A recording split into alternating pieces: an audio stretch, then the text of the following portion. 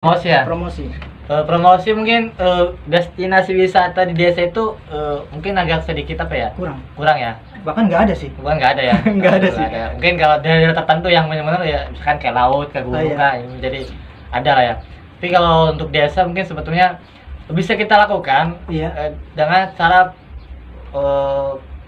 infrastruktur ya. Infrastruktur itu nggak harus jalan ya, nggak harus tol, nggak harus sungai, nggak infrastruktur itu. Infrastruktur itu sarana dan prasarana. Ya, gimana orang mau datang ke kita kalau kita sarana dan prasarana nggak ada. Nggak ada, bener. Nah, kita ambil misalkan pengelolaan dari kota ya. Itu di kota itu minim, bahkan nggak ada sungai ya, bukan sungai sih, pantai ya. Pantai. Tapi mereka bagaimana menciptakan masyarakat itu bisa datang ke mereka lewat infrastruktur, misalkan pembangunan stadion, terus pembangunan tempat-tempat olahraga. Pembangunan apalagi spot untuk misalkan untuk orang taman atau apa. Nah ini infrastruktur juga sebetulnya. Nah seperti itulah ketika kita mau maju kita harus siap juga tadi pembangunan infrastruktur ya. Tapi untuk di desa ya kita nggak usah langsung bisa menyamakan di kota. Kita butuh bertahap lah ya. Misalkan kebutuhan kita orang kita banyak punya senang di olahraga, kita bikinlah lapangan misalnya lapangan bola, nggak usah lapangan bola ya, terus dia lapangan biasa aja. Bisa di situ bisa di desain bisa mungkin misalkan untuk orang jogging, untuk orang sepeda atau sebagainya, ataupun pasar juga. Intinya destinasi. Jadi orang itu gimana mau kumpul kalau nggak ada alat infrastrukturnya, nggak ada. Cuma ya jadi kita ciptakan dulu infrastrukturnya dulu gitu ya, karena di desa itu ya beda dengan mereka yang di gunung atau di pantai ataupun di kota ya, beda. Makanya kita harus bagaimana untuk menciptakan inovasi. Makanya dibutuhkan orang-orang berintegritas, punya kemampuan juga di desa itu. Karena berkaitan dengan tadi pengelolaan desa. Kalau kita pemerintah orang desanya ya kayak gitu-gitu aja, gimana kita membuat sebuah gebrakan? Ya kita contoh di desa di Jawa Timur ada namanya desa apa gitu. Dia itu membangun lapangan bola dari dana desa. Nah orang kan senang gitu, karena orang pasti berkumpul di situ. Nah situ kan timbullah perekonomian baru, karena orang banyak jualan, orang senang berkunjung di sana. Jadi ya mereka itu bahkan kalau yang mungkin menyewa lapangan itu kan bisa masuk ke kas desa. Jadi kan untuk desa juga ada timbal baliknya juga, seperti itu kurang lebih ya promosi. Karena orang desa pun kadang enggan juga untuk mempromosikan, jangankan ya orang di sini ya, orang kita yang di luar aja, kalau kita nggak ada destinasi buat apa juga promosi. Susah juga mempromosikannya. Ya, promosi itu banyak sih bentuknya, bisa juga kita medsos juga di desa, terus juga orang-orang yang di luar itu mempromosikan satu sama yang lain gitu. Jadi gimana orang mau promosikan kalau nggak ada tempat yang dipromosikan? Itu kurang. Kalau di Prangun sih kalau menurut saya kurang sekali sih untuk lapangannya. Sekelas lapangan poli aja hampir nggak ada loh. Nah, ya pokoknya kita berharap sih untuk pemerintah nanti bisa memaksimalkan segala potensi yang ada di desa Pranggong gitu. Iya, makanya tadi ya benar-benar ya promosi itu ya kita harus benar-benar menciptakan apa yang mau kita promosikan gitu. Makanya kemarin saya tanya Bang Rakidin ya. Iya. Dan itu kan karya bagus itu, anak desa itu menciptakan sebuah film pendek. Ya berkaitan dengan di desanya. Tapi bukan konteks wisata ya. Tapi untuk kayak semacam hanya sebatas hiburan ya. Nah ini program seperti itu kan ya mereka ini jangan sampai dilepas juga sebetulnya. Karena mungkin kayak Bang Buaya ini punya studio podcast ini harus dikumpulin juga sebetulnya. Karena ini salah satu ajang promosi loh. Kita undang pejabat, kita podcast di sini, kita jelaskan apa yang itu promosi juga sebetulnya. Benar juga sih. Promosi. Orang desa ini punya ini, berarti kan udah ada kenaikan. Udah ada sedikit perubahannya, meskipun ruangan podcast kita itu kecil sekali. Tapi tidak ada peningkatan. Orang desa itu bisa menciptakan inovasi baru. Kita jangan sampai kalah dengan kota. Karena apa? Pikir saya kalau di kota itu kita boleh kalah secara material, tapi kita jangan sampai kalah secara mental dan inovasi. Kita harus berani dan kita pun harus melebihi mereka. Seperti itu. Kayak kemarin kan Bang Rakedi itu bagus, tapi ketika saya tanya coba bikin promosi desa, dia jawab apa? Susah. Apa yang mau kita promosiin? Nggak ada gitu. Nggak ada. Memang nggak ada di desa ini, memang nggak ada untuk saat ini, memang nggak ada. Tapi semoga saja kedepannya ada, dan juga bukan ada lagi tapi banyak gitu loh. Jadi kita juga sebagai ataupun konten kreator juga bisa menarik teman-teman untuk datang ke ya, sini desa. sih. Ya kayak podcast ini lah, kita bisa wisatawan ataupun pejabat kita undang juga untuk menarik wisatawan juga ya. Iya. Karena ya gini gampang loh. Kalau kita yang di luar sana salah mempromosikan ketika ada wisata, kita datengin organisasi di sana, iya. kita ketemu di MOU di sana dengan kementerian ataupun pejabat setempat, kita bisa aja kita bikin proposalnya, kita presentasikan kelebihan dan keunggulan itu apa. Nanti mereka bisa pertimbangkan. Kalau mereka senang ya kita bisa, jangan heran gitu ketika mereka sering datang ke sini dan bahkan bisa menarik bantuan ataupun yang lainnya gitu. Jadi mereka tuh di sana sebetulnya butuh informasi. Cuman di desanya sendiri yang nggak bisa memberikan informasi. Nah, itu. Mereka itu di sana, kalau kemarin kalau ya cara saya itu senior saya di organisasi di Jakarta itu organisasi besar, instansi besar, kementerian itu ada anggaran banyak, tapi program nggak jalan. Wah. Tapi organisasi pemuda minim anggaran, tapi kegiatan jalan. Ini jadi permasalahan. Mereka di sana itu banyak anggaran, tapi tidak mau bagaimana cara menjalankannya ya. Karena keterbatasan juga di sana sebetulnya. Nah, kita yang di sini, yang di daerah ini harus benar-benar proaktif di sana.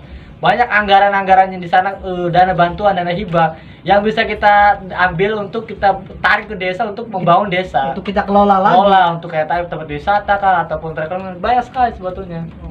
Memang potensinya di desa itu aslinya lebih banyak, lebih besar banyak daripada di kota. Nah, hanya saja orang sininya pun kurang aktif juga sih. Memang susah sih. Kalau intinya harus ada komunikasi yang baik antara aparat dan juga warganya. Ya, itu. Nah, untuk itu kan promosinya. Kalau bicara investasi di desa, kalau menurut Bang Jack ini apa yang bisa diinvestasikan di desa? Bingung juga, saya juga agak sedikit kurang paham soal investasi ini. Karena orang mau berinvestasi ketika dia memberikan efek yang bagus. Yang bagus. Kalau kasarnya mungkin kita mau bikin pabrik, ya kita harus tahu juga apa goalnya untuk mereka itu apa, timbal baliknya. Ya. Makanya kenapa daerah Cikarang itu banyak pabrik, karena mereka jumlah penduduknya banyak, terus juga perekonomiannya bagus. Itu desa pun harus seperti itu.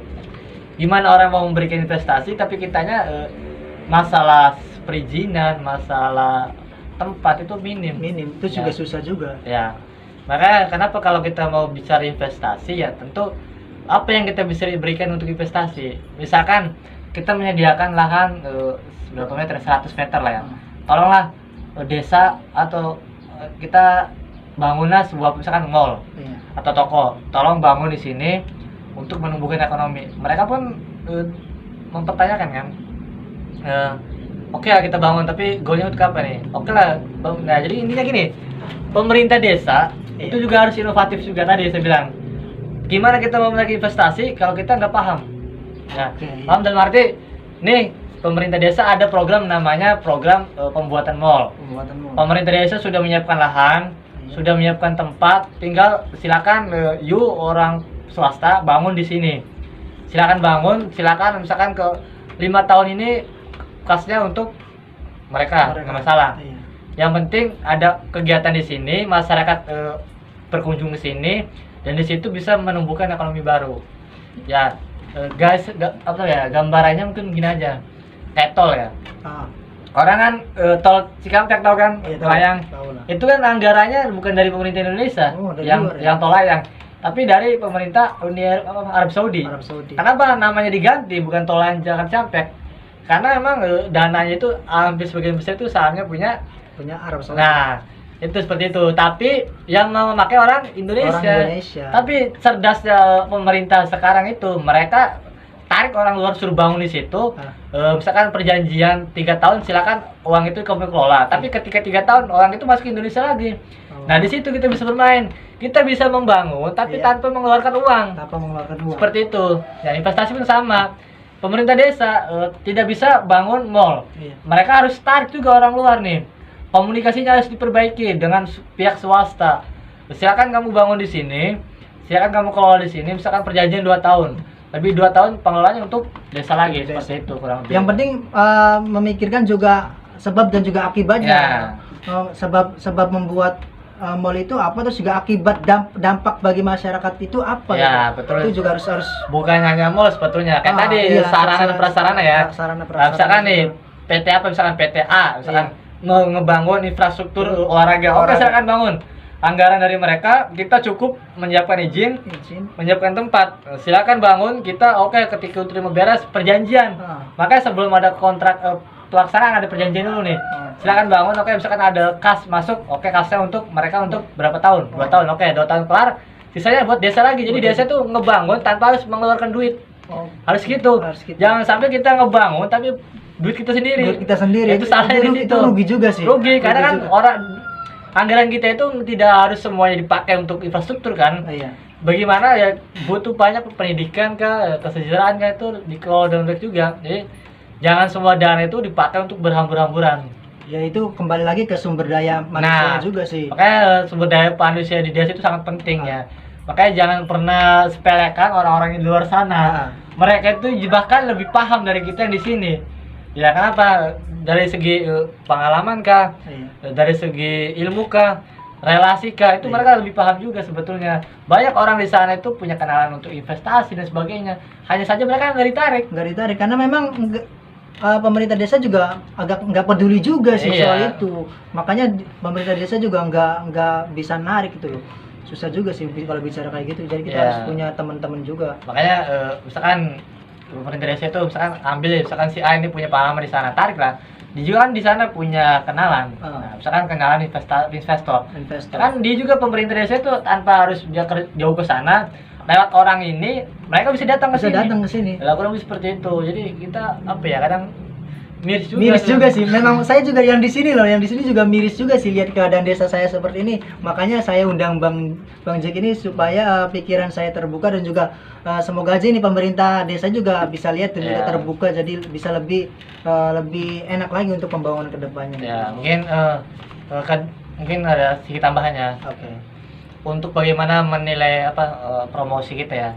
Kita harus berani membuat sebuah event besar. Di mana event ini bisa mendatangkan semua stakeholder, bisa pejabat kah, investor kah.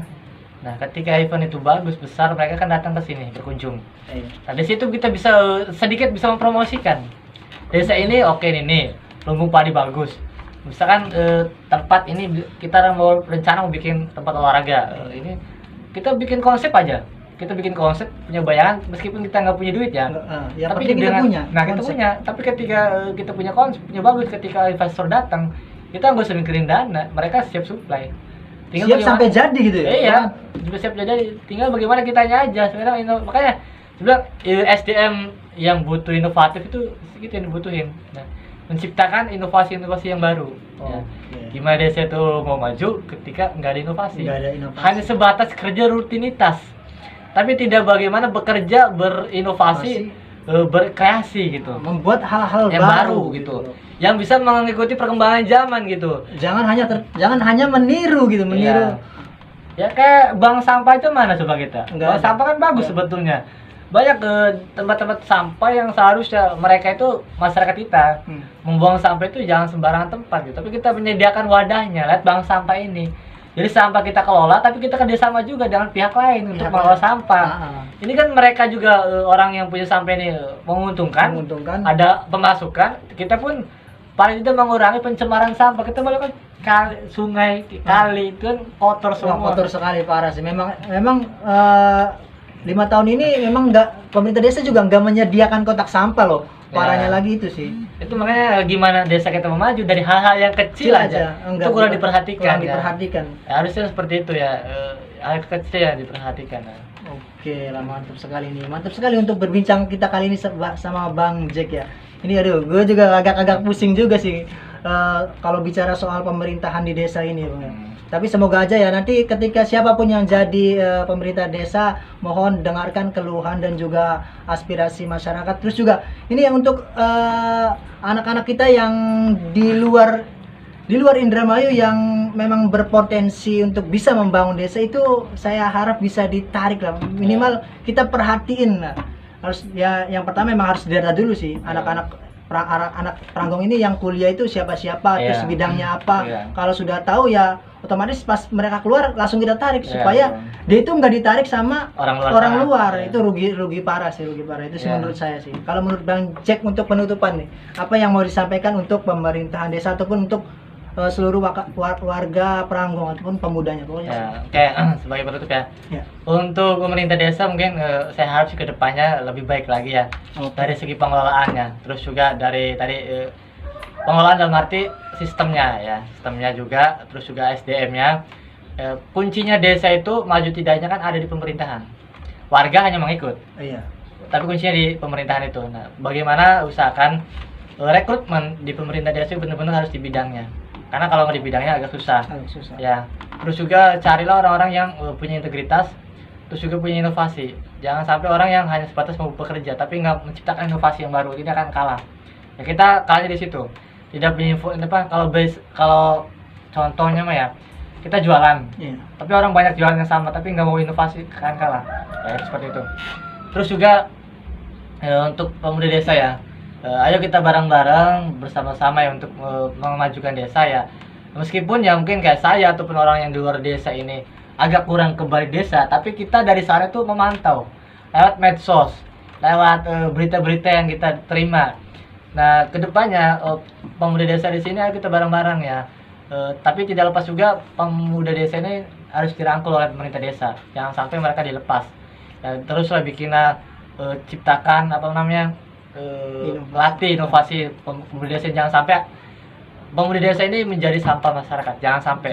Tapi jadilah mereka ini bermanfaat untuk masyarakat. Banyak kegiatan-kegiatan positif yang bisa dijalankan ya. Contohnya adalah ketika mereka punya usaha, mereka punya produk masing-masing, pemerintah desa bisa bikin bazar, menampilkan semua olahan-olahan masyarakat desa. Bisa kita dari program itu bisa kita tarik orang luar sana, kita bisa tarik pemerintah, bisa tarik di sana. Ketika mereka datang ke sini, menciptakan bahasanya desa ini tuh bagus, pemudanya jalan, pemerintahannya desanya jalan gitu, seperti itu ya orang desa. Terus orang yang di luar Indramayu itu kita pun sama, punya impian yang sama membangun desa. Hanya saja memang kita itu dididik di sana pun, digali ilmunya di sana pun apa ya bahasanya tuh ya mungkin ada doktrin lah di sana untuk membangun di sana juga. Tapi kan dalam hati kecil kita kan pengen di desa. Balik lagi. Saya harapkan mungkin kedepannya yang benar-benar pengen bangun desa ya ayolah balik ke desa. Tapi sama juga tergantung ke pemerintah desa. Pemerintah desanya, makanya saya bilang tadi itu pemerintah desa juga harus berperan dalam hal tersebut.